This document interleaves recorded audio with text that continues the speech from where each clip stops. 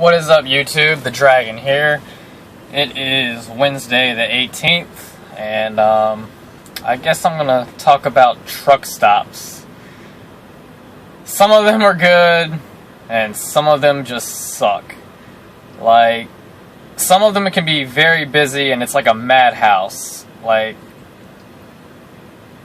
the one I was at last night was horrible.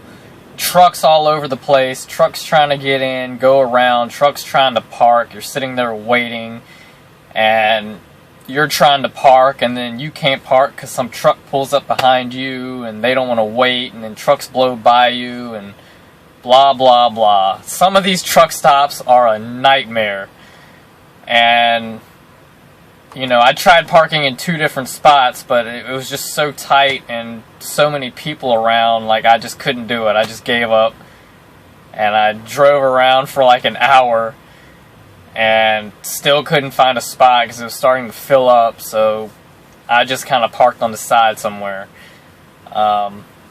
You know, there's nothing you can do. If there's no parking spots, there's no spots. So you gotta find where you can fit, and hopefully no one, you know, hopefully you can find a spot that doesn't have much traffic so you don't get hit.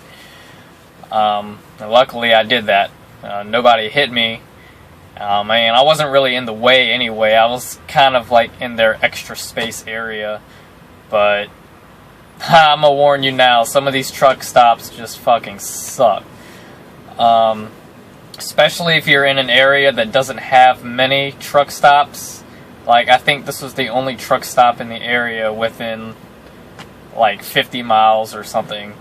It was pretty large, but you know, being the only truck stop in the area, that's why it's so busy and it's crazy. It doesn't matter if it's nighttime, daytime, whatever. It's just nuts.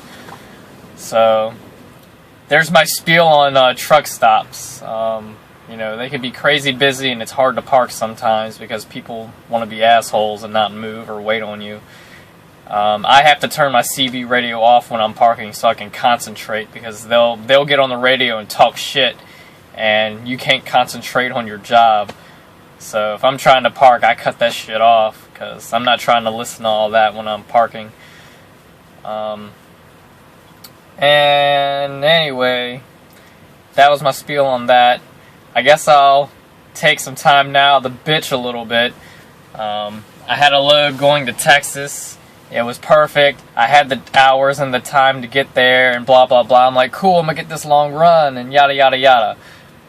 And for some unknown reason, I don't know if the planners are trying to cover each other's ass or if they had some loads that needed to be worked on or what. But they snatched that load from me, and they gave me this real short load. And then, luckily, they made up for it because they gave me another long load after the short one. But it's just a pre-plan, so I don't know if they're going to take that from me later or what.